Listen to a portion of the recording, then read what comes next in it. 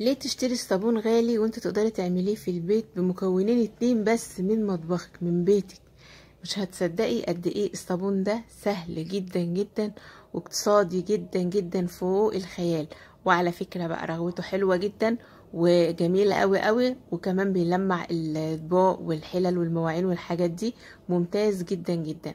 طريقته مش يعني بجد انا مبهورة بيه لانه حلو جدا، ويعني خطوتين كده، اللي هو تعملي خطوة والتانية خلاص بقى عندك صابون. يبقى انا ليه اروح اشتريه ب70 وب80 جنيه وانا ممكن اعمله كده في ثواني وانا قاعدة في بيتي، وهتبقى معاكي نتيجة حلوة جدا وتحفة.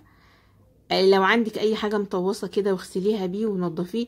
وكمان حلو للسيراميك وحلو لأي دهون موجودة عندك على الشاني، على البوتاجاز، اي حته اي حاجه تقدري تغسلي على، تقدري تغسلي بيه الحنفيات. بصي بيخلي المواعين عامله ازاي، شايفه بيخلي الالمونيا عامله ازاي. ما شاء الله جميل جدا جدا. يعني الطبق ده كان مطوس وكان في حته كمان كده لونها كان مغير، والله رجعت زي ما كان. ما شاء الله جميله قوي. كل الالمونيا بتاعتك هترجع نظيفه وبتلمع، وكل الناس هتسالك على الصابون الحلو اللي انت بتستخدميه ده. دي ناحيه. الناحيه التانية بقى انه كمان امن جدا على الايدين، مش شايفوش مواد حرقه او كاويه تضر صوابعك وتضر ايديكي وضوافرك. اول حاجه معانا هي صابون بلدي. اي صابون بلدي موجود عندك في البيت، اي برو صابون، اي بواقي صابون متخيله يعني حاجات ممكن ترميها، حوشي بواقي الصابون وهتعملي بيها احلى واروع صابون ممكن تتخيلي. ولا هتعملي بزيت ولا ببوتاس ولا باي حاجه. هنبشر الصابون ده ونرجع نكمل مع بعض. هنحطه كده في طبق او في جردل او في اي حاجه. وبعد كده هنحط عليه ميه مغليه. هحط عليه في الاول حوالي 1.5 لتر.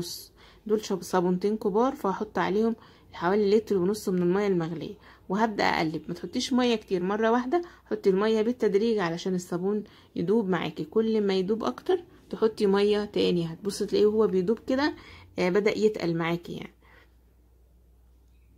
هنستمر ورا الصابون لحد ما ندوب كل الكتل اللي فيه، ما يبقاش فيه اي تكتلات خالص. وممكن بعد ما يهدى ويبرد شوية تضربيه في الخلاط عادي. لو عندك هاند بلندر اضربيه بيها، مفيش اي مشكلة. لو انتي مستعجلة، مش مستعجلة سيبيه وانتي رايحة وانتي جاية قلبي فيه، هتلاقيه عمال يتخن قدامك كده وبقى شكله جميل جدا. كده خلاص تقريبا الصابون قرب يدوب. هحط بقى عليه بقية 1.5 لتر من المية السخنة اللي انا بستخدمها، وبرضو بحطها بالراحة وبالتدريج مش مرة واحدة، لان لسه في كتل زي ما انتم شايفين ما دابتش. هو صحيح بدأ يتقل لكن في كتل، وما شاء الله بقى الرغوة حلوة جدا. تقدري الصابون دوت احنا عاملينه على القناة. لو انت عايزة الرابط بتاع الصابون اكتبي لي وانا احط لك الرابط. طريقة ان شاء الله ناجحة معاكي جدا جدا من اول مرة للصابون البلدي.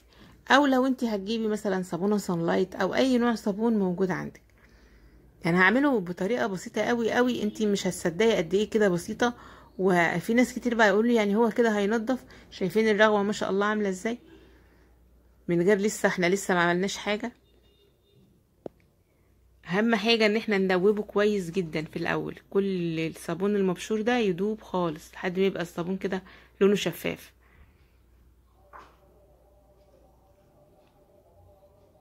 كده بقى له فترة انا قطعت عشان خاطر ادوبه براحتي ورجعت لكم تاني. هو كل الحكاية ان احنا لازم ندوب الصابون. ممكن تدوبيه على حمام مائي، بس انا بحبه احطه في مية مغلية كده وادوبه. ودي المعلقة السحرية اللي هنضيف عليه معلقة من الكربوناتو او كربونات الصوديوم. معلقة واحدة بس على المقدار ده. احنا حاطين حوالي 2 لتر مية على صابونتين. المية كانت مغلية وسيحنا الصابون.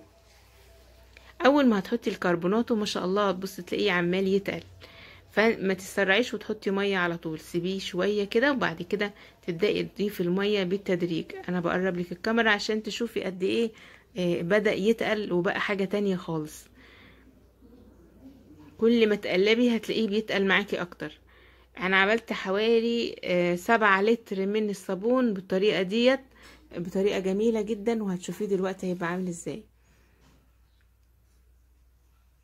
كربونات الصوديوم طبعا فوائدها خطيرة جدا، واحلى حاجة فيها انها هتخلي الصابون ده احلى بريل ممكن تستخدميه، ومش هنحط اي اضافات تانية. في اضافه واحده هقولك عليها لو حبيتي تعمليها. هحط طبعا لون، انا كان عندي لون الالوان دي كنت انا عاملاها على القناه برضو، كانت الوان بودر وحولناها لالوان زي ما انتم شايفين كده، الالوان مائيه. ده لون بتاع صابون اصلا من عند الراجل بتاع الصابون يعني. حط لون اصفر عشان يبقى شكله حلو كده. مش عايزه تحطي لون مفيش مشكله خالص. بقى احنا كل اللي عملناه ان احنا بشرنا صابونتين وحطينا عليهم معلقه كربونات صوديوم. هتسيبيه تاني يوم، لو تقل معاكي هتكملي ميه، هتضيفي ميه بس بالراحه وبالتدريج عشان ما يفكش منك مره واحده. لو حسيت ان هو الرغوه قلت شويه، هو مش هيقل رغوته ما شاء الله، بس عشان تعززي الرغوه او لو انت حابه رغوه عاليه ممكن تحطي معلقه كبيره من السكر. يعني الصبح ده هيتقل شويه وهيتجمد، فانا هعمل ايه؟ هضيف عليه شويه ميه ادوب فيهم معلقه كبيره من السكر بس، لا اكتر ولا اقل، وبكده بقى عندك اروع صابون ممكن تتخيليه. ده النهارده كده لسه معمول اهوت فريش، هوريهولك بقى تاني يوم بقى شكله عامل ازاي وتقل ازاي.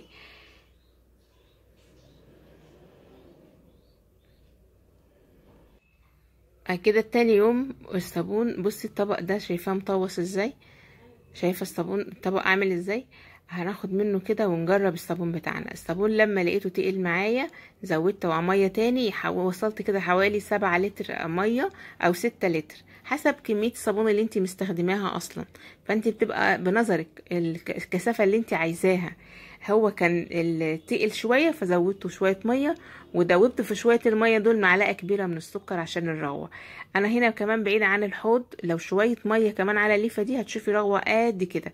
وانا وريتك قد ايه الطبق كان مطوس وشكله مش حلو، وكان في حاجات مبقعه عليه اسود كده. هتشوفيه دلوقتي بعد ما يتغسل ما شاء الله رجع بيلمع.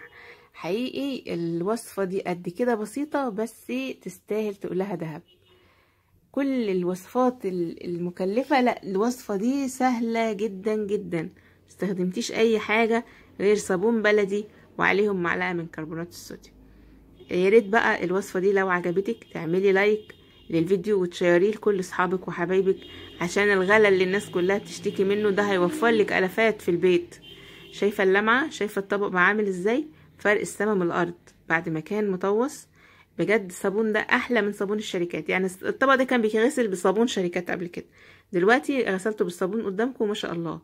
وكمان ميزه في الصابون ده انك تقدري تستخدميه حالا في ساعتها في يومها، مش هتحتاجي ان انت تركنيه شويه او تريحيه شويه عشان البطاس. ومفيهوش بطاس وامن جدا على الايدين وخطير جدا جدا جدا. فكره هايله، يا ريت تجربوها وتملي بيتك صابون. متنسوش بقى تعملوا لايك وتكتبوا لي كلمه حلوه في التعليقات. شكرا والسلام عليكم ورحمه الله وبركاته.